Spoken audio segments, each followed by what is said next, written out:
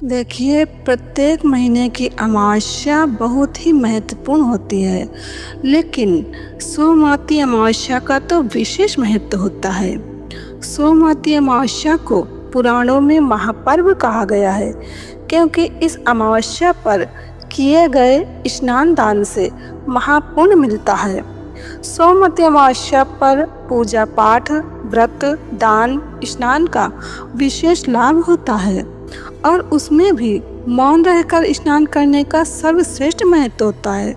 और इस दिन दान करने से कई यज्ञों का फल मिलता है। तीर्थ स्नान करने से कभी पुण्य खत्म नहीं होने वाला पुण्य मिलता है। महाभारत में भीष्म जी ने युधिष्ठिर को इस दिन का महत्व समझाते हुए कहा है कि इस दिन पवित्र नदियों में स्नान करने वाला मनुष्य समृद्ध, स्वस्थ और सभी दुखों से मुक्त हो जाता है। सभी लोग गंगा जी तो जा नहीं पाते हैं, तो घर पर ही नहाने के पानी में गंगा जल डालकर स्नान करें तो इस प्रकार गंगा स्नान का पुण्य घर बैठे ही मिल जाता है। अब देखिए पुराण क्या कहते हैं। नारद पुराण में वर्णन है कि सोमवार को अमावस्या पड़ने पर सोमवती अमावस्या का संयोग बनता है। इस योग में किया गया दान महापुण्यदायी होता है, यानी इस तिथि में किए गए दान से हर तरह का शुभ फल मिलता है। सोमवती अमावस्या पर किए गए श्राद्ध से पितरों को तृप्ति मिलती है। तो अब जिससे पितृदोष है वो लोग यह उपाय सोमवती अमावस्या पर अवश्य कर लें।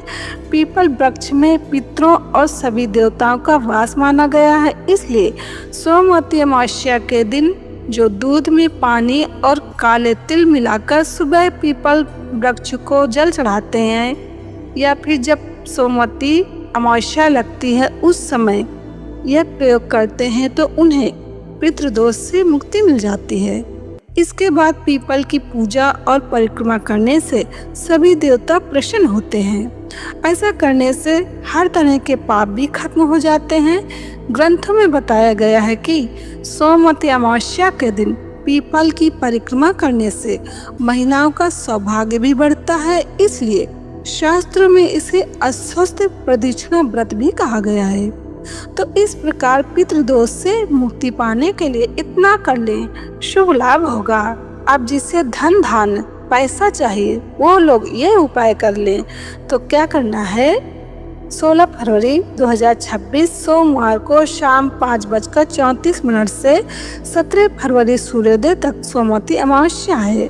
तो सोमवती अमावस्या के दिन 108 बार अगर तुलसी की परिक्रमा करते हो, ओमकार का थोड़ा जप करते हो और सूर्य नारायण को अर्घ्य देते हो तो ये सब एक साथ में करो तो अच्छा है। नहीं तो खाली तुलसी को 8 बार प्रदक्षिणा करने से तुम्हारे घर से दरिद्रता भाग जाएगी धीरे धीरे। जिनको पैसों की कमजोरी है तो तुलसी माता को 108 प्रदक्षिणा इस मंत्र को बोलते हुए करें। मंत्र है ओम श्री हरि श्री हरि श्री हरि, श्री माना संपदा, हरि माना भगवान की दया पाना। तो इस उपाय से गरीबी चली जाती है।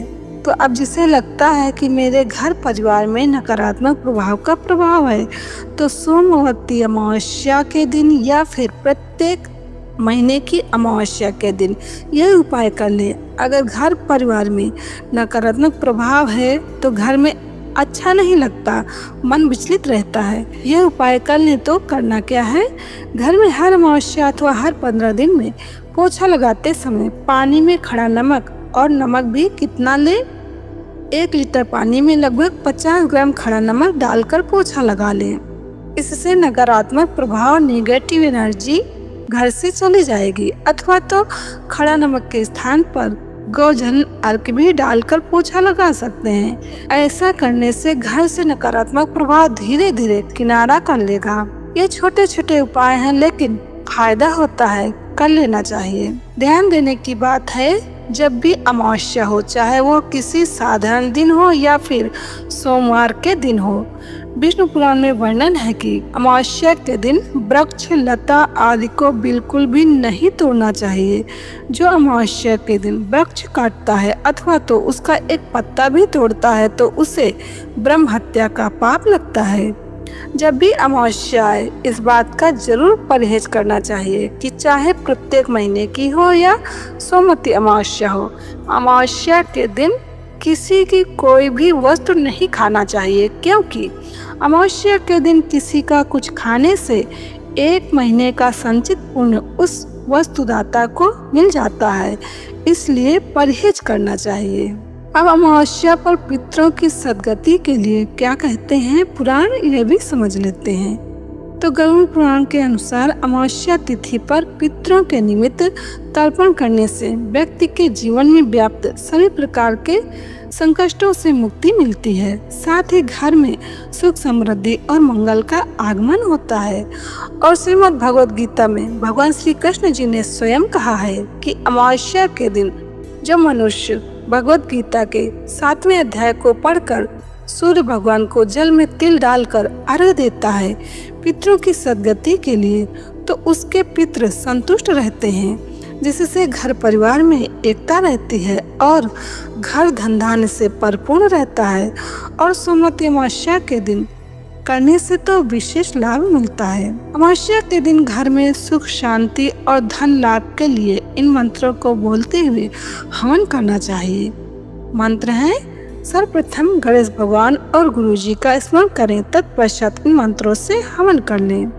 तो सर्वप्रथम ओम गम गणपतये नमः स्वाहा, ओम श्री सद्गुरु परमात्मने नमः स्वाहा, ओम श्री सरस्वतये नमः स्वाहा, ओम कुल देवताभ्य नमः स्वाहा, ओम ग्राम देवताभ्य नमः स्वाहा, ओम ग्रह देवताभ्यो नमः स्वाहा, ओम लक्ष्मीपति देवताभ्यो नमः स्वाहा, ओम विघ्न विनाशक देवताभ्यो नमः स्वाहा। तो 16 फरवरी सोमवार को शाम 5:34 से 17 फरवरी सूर्योदय तक सोमवती अमावस्या है और 17 फरवरी मंगलवार को दर्श अमावस्या फाल्गुन अमावस्या द्वापर युगादि तिथि है और इस दिन कंकड़ाकृति सूर्य ग्रहण है, लेकिन भारत में नहीं दिखेंगे सूर्य ग्रहण, इसलिए नियम पालनीय नहीं है।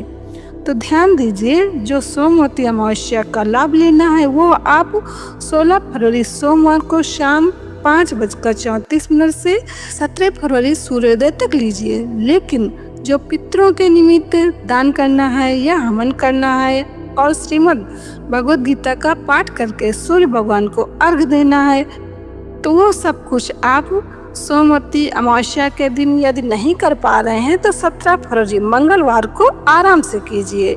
तो यही महत्वपूर्ण जानकारी देना था। जय श्री कृष्ण।